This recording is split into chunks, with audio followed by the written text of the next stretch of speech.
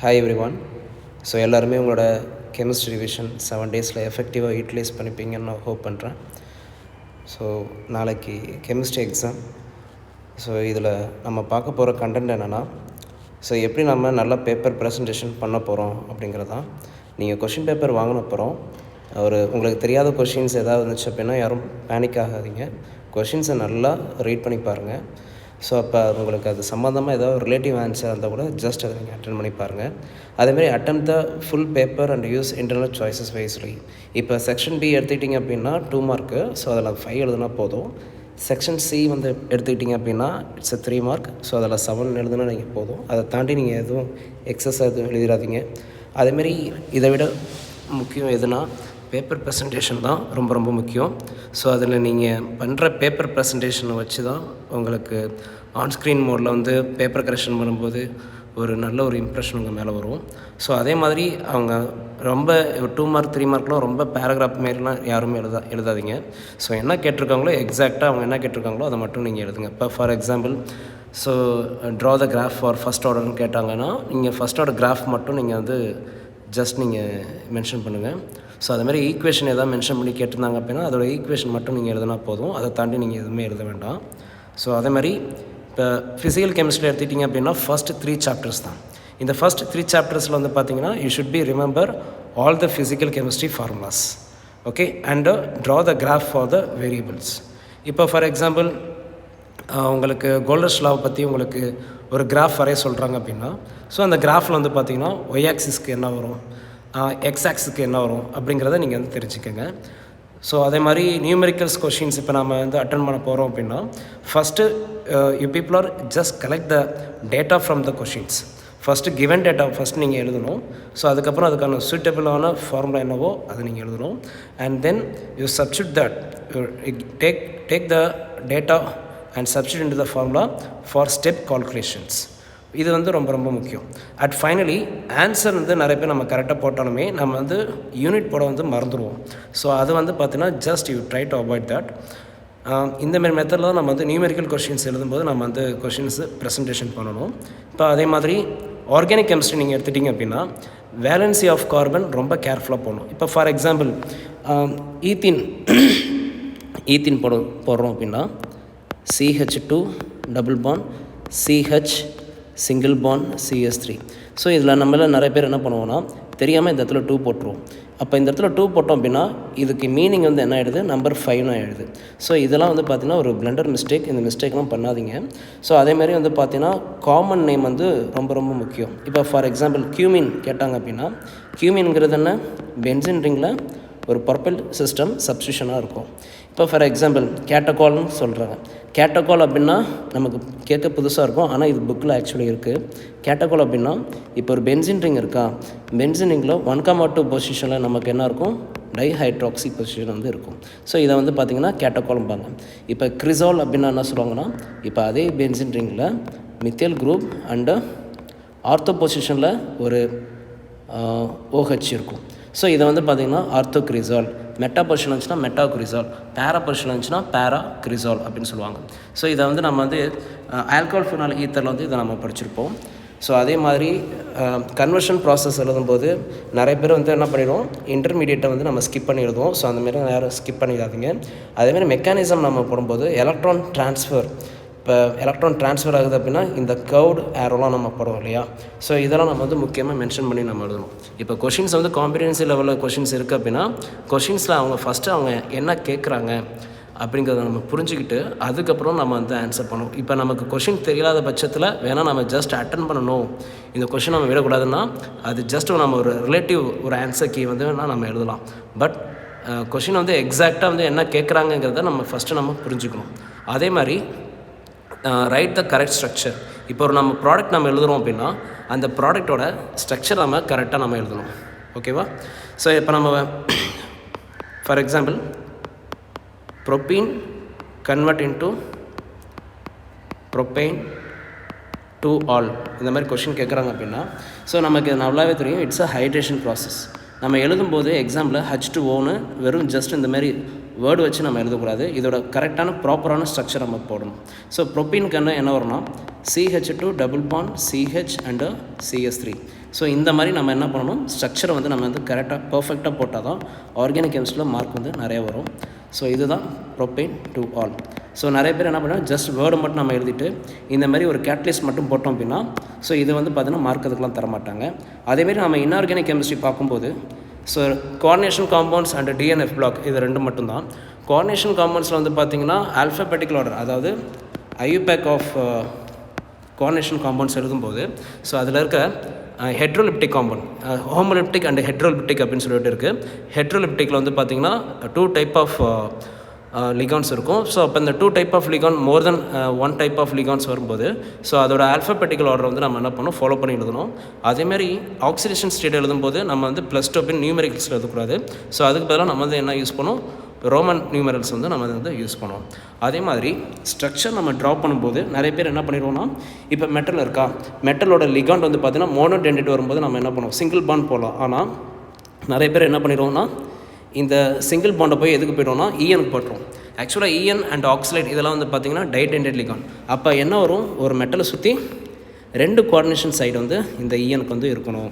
So அப்போ இந்த மாதிரி மிஸ்டேக் பண்ணிங்க அப்படின்னா டெஃபினட்டாக மார்க் கிடைக்காது. So people just understand whether it is didentate or polydentate இதெல்லாம் பார்த்து வச்சுக்கோங்க. அதே மாதிரி DNF பிளாக் நம்ம போகும்போது பண்ணுற ஒரு பெரிய மிஸ்டேக் வந்து என்னென்னா பேலன்சிங் ரிடாக்ஸ் ஈக்குவேஷன்ஸ் அதை நம்ம பார்த்துக்கணும். அதேமாரி லோன் பேர் வந்து நம்ம வந்து நிறைய மெட்டல் ஆக்சைடில் வந்து போடாமல் நம்ம விட்டுருவோம், அதையும் பார்த்துக்கணும். அண்ட் தென் வந்து KMN4ஓட ஸ்ட்ரக்சர், இப்போ ஃபார் எக்ஸாம்பிள் KMN4 இருக்கா, ஸோ அதோட கலர் என்ன, ஸ்ட்ரக்சர் என்ன, மேக்னெட்டிக் ப்ராப்பர்ட்டி என்ன, K2MnO4 இதோட வந்து ஐசோ ஸ்ட்ரக்சரல் ஃபார்ம் என்ன, இதெல்லாம் நீங்கள் வந்து இதை முக்கியமாக படித்து வச்சுக்கணும். அண்ட் தென் இப்போ நீங்கள் ஹால்குள்ளார 10 o'clock போவீங்க. கொஷின் பேப்பர் வந்து எப்போ உங்களுக்கு தருவாங்கன்னா 10:15 கையில் உங்களுக்கு கிடச்சிரும். ஸோ இந்த 10:15 10:30 வரைக்குமே வந்து பார்த்திங்கன்னா உங்களுக்கு ரீடிங் டைம் தான். இந்த ரீடிங் டைமுக்குள்ளார தான் நீங்கள் ஃபஸ்ட்டு நீங்கள் வந்து ஒர்க் அவுட் பண்ணக்கூடாது. இருக்கிற 33 கொஷின்ஸுமே நீங்கள் என்ன பண்ணியிருக்கணும், ஜஸ்ட் நீங்கள் பார்க்கணும் எது தெரியும் தெரியாது அப்படிங்கிறத ஃபஸ்ட் நீங்கள் என்ன பண்ணிக்கணும், நோட் பண்ணி வச்சுக்கணும். அண்ட் தென் நீங்கள் எப்போ எழுத ஆரம்பிக்கிங்க அப்படின்னா 10:30 AM நீங்கள் வந்து ஸ்டார்ட் பண்ண ரைட்டிங் பார்ட் வந்து ஸ்டார்ட் ஆகிடும். ஸோ அப்போ நீங்கள் என்ன பண்ணணும்னா அப்ராக்சிமேட்லி ஒரு 1 o'clock நீங்கள் என்ன பண்ணணும், ஒரு 2.5 hours உங்கள் எக்ஸாமை முடிச்சுட்டு லாஸ்ட்டாக இருக்கிற இந்த 1/2 hours நீங்கள் என்ன பண்ணணும்னா ரிவிஷன் பண்ணுற மாதிரி நீங்கள் வந்து பண்ணியிருக்கணும். இது ஆல்ரெடி நிறைய மாடல் எக்ஸாம் எழுதுறவங்களுக்கு இது கொஞ்சம் ஈஸியாக இருக்கும். ஸோ புதுசாக எழுதுறவங்க மாடல் எக்ஸாம் எழுதாமல் நான் டேரெக்டாக போய் எக்ஸாம் எழுதுறவங்களுக்கு இது கொஞ்சம் சேலஞ்சாக கூட இருக்கலாம். ஸோ மேபி அதை நீங்கள் கொஞ்சம் பார்த்துங்க. 1 o'clock கொஞ்சம் முடிச்சிட்டிங்க அப்படின்னா ஏதாவது நீங்கள் மிஸ்டேக் பண்ணால் கூட நம்ம என்ன பண்ணலாம், இந்த 1/2 hour நம்ம சரி பண்ணிக்கலாம். இப்போ அது மாதிரி கொஷின் பேப்பர் நீங்கள் எடுத்துக்கிட்டிங்க அப்படின்னா மொத்தம் செக்ஷன் வந்து 5 இருக்குது. செக்ஷன் 7 எடுத்துக்கிட்டிங்க அப்படின்னா there are 16 MCQs will be there. So எல்லாத்துக்குமே வந்து பார்த்தோன்னா 1 mark. 2 mark வந்து பார்த்திங்க அப்படின்னா செக்ஷன் Bயில் கேட்பாங்க, அது வந்து 5 எழுதணும். செக்ஷன் Cயில் பார்த்துட்டிங்க அப்படின்னா 3 mark, அது 7 எழுதணும். செக்ஷன் Dயில் வந்து பார்த்திங்கன்னா 4 mark, அது வந்து 2 எழுதணும்.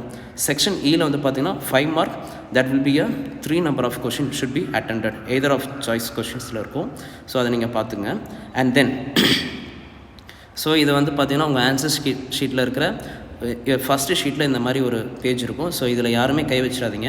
ஸோ இது வந்து எதுக்குன்னா பேப்பர் கரெக்ஷன் பண்ணுறவங்களுக்கு மட்டும்தான். ஸோ இன்விஜிலேட்டர் கூட இதில் கை வைக்க மாட்டாங்க. ஸோ இதில் யாருமே வந்து எதுவும் டச் பண்ணாமல் ஸோ அடுத்த பேஜில் வந்து பார்த்திங்கன்னா உங்களோட ரோல் நம்பர், ஓகே, உங்கள் ஃபாதர் நேம், உங்கள் சிக்னேச்சர், என்ன கொஷின் பேப்பர் செட்டு, இதெல்லாம் வந்து பார்த்திங்கன்னா ஷேடிங்லாம் கரெக்டாக பண்ணிவிடுங்க. And this is a way of method to deliverance of the answer in your answer script. So இப்போ நீங்கள் ஃபஸ்ட்டு செக்ஷன் A எழுதுறீங்க அப்படின்னா ஸோ இந்த இடத்துல நீங்கள் என்ன பண்ணிக்கணும், ஃபஸ்ட்டு செக்ஷன் ஏன்னு போட்டு ஸோ அடுத்த லைன்லேருந்து நீங்கள் என்ன பண்ணுங்கள், ஆன்சர் வந்து ஓனாக எழுதுங்க. ஸோ நிறைய பேர் என்ன பண்ணுவோம், வெறும் ஆப்ஷன் ஏன்னு போட்டுட்டு நம்ம ஆன்சர் எழுதாமல் விட்டுருவோம். ஸோ அந்தமாரி மிஸ்டேக்லாம் யாரும் பண்ணாதீங்க. ஸோ ப்ராப்பராக இருக்கிற இந்த 16 ஃபஸ்ட்டு நமக்கு எவ்வளோ 1 mark இருக்குது, 16 ஆன்சர் வந்து இப்போ நீங்கள் என்ன எழுதணும், ஆர்டர் பண்ணி நீங்கள் கரெக்டாக எழுதணும். ஸோ செக்ஷன் ஏ போட்டுட்டு நம்பர் 1 நம்பர் 2 போட்டு ஆப்ஷன்ஸ் கூட நீங்கள் ஆன்சர் வந்து கரெக்டாக நீங்கள் எழுதுங்க. ஓகேவா? அண்ட் தென் செக்ஷன் பியில் பொறுத்தவரையும் வந்து பார்த்திங்க அப்படின்னா ஸோ ஒவ்வொரு கொஷின்ஸ் நீங்கள் முடிச்சப்பறம் வேணால் ஜஸ்ட் ஒரு லைன் வேணால் இந்த இடத்துல போட்டுட்டு டைம் இருந்துச்சு இதெல்லாம் நீங்கள் எப்போ பண்ணணும் அப்படின்னா ஸோ 1 o'clock நம்ம முடிப்போம் இல்லையா? ஸோ 1 o'clock முடிச்சப்பறம் இந்த லைன் பண்ணுறது, இந்த பார்டர் கட்டுறது, இதெல்லாம் வந்து பார்த்திங்கன்னா லாஸ்ட்டாக தான் நம்ம பண்ணணும்.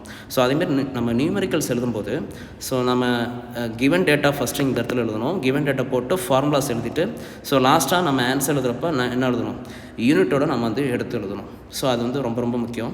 ஸோ இப்போ கோஆர்டினேஷன் காம்பவுண்ட்ஸ் எல்லாம் பார்த்திங்க அப்படின்னா ஸ்ட்ரக்சர்லாம் கொஞ்சம் கரெக்டாக வேலன்சியோட கரெக்டாக போட்டுக்கோங்க. ஸோ அதேமாரி பாய்லிங் பாயிண்ட் வந்து உங்களுக்கு எக்ஸாக்டாக தெரியுது அப்படின்னா இதில் நீங்கள் மென்ஷன் பண்ணுங்கள். அப்படி இல்லைனா நம்ம மென்ஷன் பண்ணணும் அவசியம் இல்லை. ஸோ இந்த மாதிரி இப்போ ஒரு hydrogen bond intermolecular hydrogen bond இதெல்லாம் இருக்குது அப்படின்னா ஸோ ஒன்ஸ் வந்து நீங்கள் 1 o'clock அப்புறம் நீங்கள் டைம் இருந்துச்சு அப்படின்னா நீங்கள் ஒரு ஜஸ்ட் ஒரு பென்சில் எடுத்துகிட்டு நீங்கள் என்ன பண்ணலாம், இந்தமாரி இருக்கிற கீ பாயிண்ட்ஸை ஜஸ்ட் அண்டர்லைன் பண்ணிக்கலாம். ஓகேவா, அதையும் கொஞ்சம் பார்த்துக்கோங்க. அப்புறம் வந்து இன்க்ரீஸிங்கோட டிக்ரீஸிங் ஆர்டர் உங்களுக்கு கரெக்டாக தெரியும் அப்படின்னா இந்த மாதிரி எழுதிருங்க. ஸோ இதுக்கான ரீசன் உங்களுக்கு தெரியும்னா கரெக்டாக எனக்கு நல்லாவே தெரியும், இது எதனால் குறையுது எதனால் இன்க்ரீஸ் ஆகுது அப்படிங்கிறது அந்த ரீசன் எனக்கு தெரியும் அப்படின்னா இதை வந்து நீங்கள் தப்பு இல்லாமல் இதை கொஞ்சம் நீங்கள் எழுதுங்க. இதுக்கான ரீசன் வந்து பார்த்திங்கன்னா ஸோ கீழே நீங்கள் இப்படி எழுதலாம். அப்படி எனக்கு ரீசன் எதுவும் தெரியல பட் இது எனக்கு கரெக்டுன்னு எனக்கு தெரியும் அப்படின்னா ஒன்றும் பிரச்சனை இல்லை, நீங்கள் இதோட நீங்கள் ஸ்டாப் பண்ணிக்கலாம். ஓகேவா. And then so E0 calculation வந்து பார்த்திங்கன்னா டெஃபினட்டாக கேட்குற ஒரு ஏரியா. ஸோ இந்த ஏரியாவில் பொறுத்தவரையும் வந்து பார்த்திங்க அப்படின்னா நீங்கள் ரஃப் ஒர்க் கூட நீங்கள் என்ன பண்ணலாம், இந்தமாரி மார்ஜினில் சைடாக வந்து ரஃப் ஒர்க் அப்படின்னு இந்த ரஃப் ஒர்க் RW இந்தமாரி கூட போட்டுட்டு நீங்கள் வந்து சைடு ஹெட்டிங்கில் இந்தமாரி நீங்கள் பண்ணலாம். இல்லைனா லாஸ்ட் பேஜில் கூட பண்ணலாம், தப்பு கிடையாது. ஸோ ஸ்டெப் மார்க்ஸ்லாம் வந்து பார்த்திங்கன்னா ரொம்ப கேர்ஃபுல்லாக பண்ணுங்கள். ஸோ இங்கேயும் என்ன பண்ணியிருக்காங்க, ஆன்சர் வித் யூனிட்டோடு அவங்க போட்டிருக்காங்க. ஸோ அதையும் கொஞ்சம் பார்த்துங்க. And then paper presentation is very very இம்பார்ட்டன்ட்ப்பா. So when you writing the organic chemistry so reaction part எழுதும்போது இந்த ஆரோ மார்க்குக்கு மேலே வந்து பார்த்திங்கன்னா கேட்டலிஸ்ட் எழுதுகிற மாதிரி பார்த்துக்கோங்க. ஸோ இப்போ வந்து நீங்கள் எழுதுறீங்க அப்படின்னா இதோட பை ப்ராடக்ட்ஸ் அண்ட் இதெல்லாம் வந்து பார்த்திங்க அப்படின்னா அதுவும் எழுதணும் தான். இல்லை எனக்கு பை ப்ராடக்ட்ஸ்லாம் தெரியல, எனக்கு வெறும் ஆன்சர் மட்டும்தான் எனக்கு தெரியும் அப்படின்னா ஸோ வந்து நீங்கள் வந்து ஆன்சர் வந்து இங்கே ரியாக்டண்டோட நீங்கள் எழுதணும். நிறைய பேர் என்ன பண்ணிக்கிறாங்க, கொஷின் நம்பர் 27 போட்டிருக்காங்களா, ஸோ சப்டிவிஷன் 1 இந்த சப்டிவிஷன் 1 வந்து பார்த்திங்கன்னா அதுவும் முக்கியம் தான். நிறைய பேர் என்ன பண்ணுவோம், இந்த சப்டிவிஷன் 1 விட்டுட்டு நம்ம டேரெக்டாக கொஷின் பார்ட்டுக்கு நம்ம போயிடுவோம், ஆன்சர் பார்ட்டுக்கு நம்ம போயிடுவோம். ஸோ அந்த மாதிரிலாம் பண்ணக்கூடாது. சப்டிவிஷன்ஸ் 1 இல்லை சப்டிவிஷன் 2 இதெல்லாம் மென்ஷன் பண்ணிவிட்டு you should write with the reactant, arrow mark, catalyst and product. So இந்த மாதிரி இந்த ஃபார்மெட்டில் எழுதுனா தான் உங்களுக்கு கம்ப்ளீட் மார்க் வந்து உங்களுக்கு கிடைக்கும். ஸோ ஃபைனலி நான் சொல்லிக்கிறது, யாரும் பேனிக் ஆகாதீங்க. இப்போ வரையும் படித்தது என்னவோ அதை மட்டும் நீங்கள் கிறிஸ்டல் கிளியராக படிச்சுக்கோங்க. புதுசாக யாரும் எதுவும் படிக்க வேண்டாம். ஃபார்முலா ஷீட்லாம் நல்லா ரீகால் பண்ணிக்கோங்க. நைட் நல்லா தூங்கிட்டு காலைல நல்லா ஏர்லி மார்னிங் வச்சுட்டு ஸோ ஒன்ஸ் நீங்கள் படித்த யூனிட்டை மட்டும் நல்லா ஸ்ட்ராங்காக ரீகால் பண்ணுங்கள், ரிவைஸ் பண்ணுங்கள்.